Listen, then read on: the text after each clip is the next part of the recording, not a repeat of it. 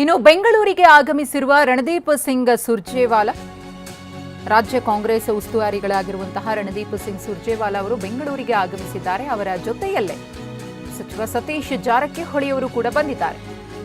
ನಾಳೆ breakfast meeting ಇದೆ, ಎಲ್ಲವನ್ನೂ ಮಾತನಾಡ್ತೇವೆ ಅಂತ ಹೇಳಿ ಸತೀಶ್ ಜಾರಕಿಹೊಳಿ ಅವರು ರಿಯಾಕ್ಟ್ ಮಾಡಿದ್ದಾರೆ.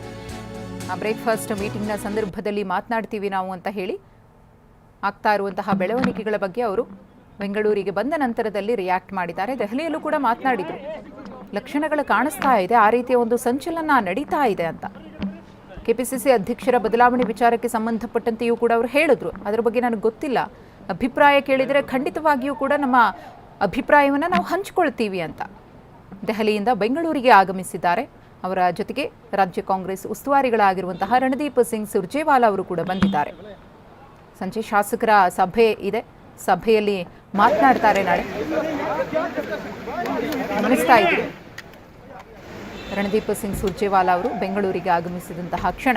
ನಿನ್ನೆ ಮ್ಯಾರಥಾನ್ ಮೀಟಿಂಗ್ ನಡೀತು ದೆಹಲಿಯಲ್ಲಿ. ರಣದೀಪ್ ಸಿಂಗ್ ಸುರ್ಜೇವಾಲಾ, ಕೆಸಿ ವೇಣುಗೋಪಾಲ್ ಅವರು, ಮಲ್ಲಿಕಾರ್ಜುನ ಖರ್ಗೆ ಅವರು, ರಾಹುಲ್ ಗಾಂಧಿ ಅವರು ಆ ಸಭೆಯಲ್ಲಿ ಭಾಗಿಯಾಗಿದ್ದರು. ನಿನ್ನೆಯ ಸಭೆಗಳನ್ನು ಮುಗಿಸಿದ್ರು. ಚೊಕ್ಕದಾಗಿ ಒಂದು ಪ್ರೆಸ್ ಮೀಟನ್ನು ಮಾಡಿ ರಾಜ್ಯಸಭೆ ಮತ್ತು ಪರಿಷತ್ ಚುನಾವಣೆ ಬಗ್ಗೆ ಚರ್ಚೆ ಅಂತ ಹೇಳಿ ಹೋದ್ರು. ಆದರೆ ದೊಡ್ಡ ಮಟ್ಟದ ಬೆಳವಣಿಗೆ ಇನ್ಸೈಡ್ ಆಗಿತ್ತು, ಅದೇ ನಾಯಕತ್ವದ ಬದಲಾವಣೆ.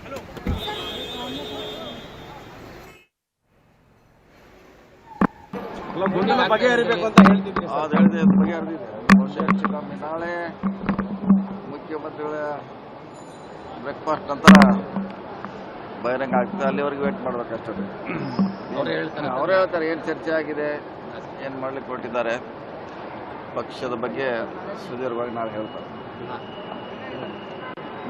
ಸೊ ಅಲ್ಲಿವರೆಗೆ ಕಾಯಬೇಕೆಲ್ಲ ಅಷ್ಟೇ, ನಾವು ಕಾಯಲೇಬೇಕು. ಯಾಕೆ ಅಧಿಕೃತವಾಗಿ ಯಾರಿಗೂ ಗೊತ್ತಿಲ್ಲ ಏನಾಗಿದೆ ಚರ್ಚೆ.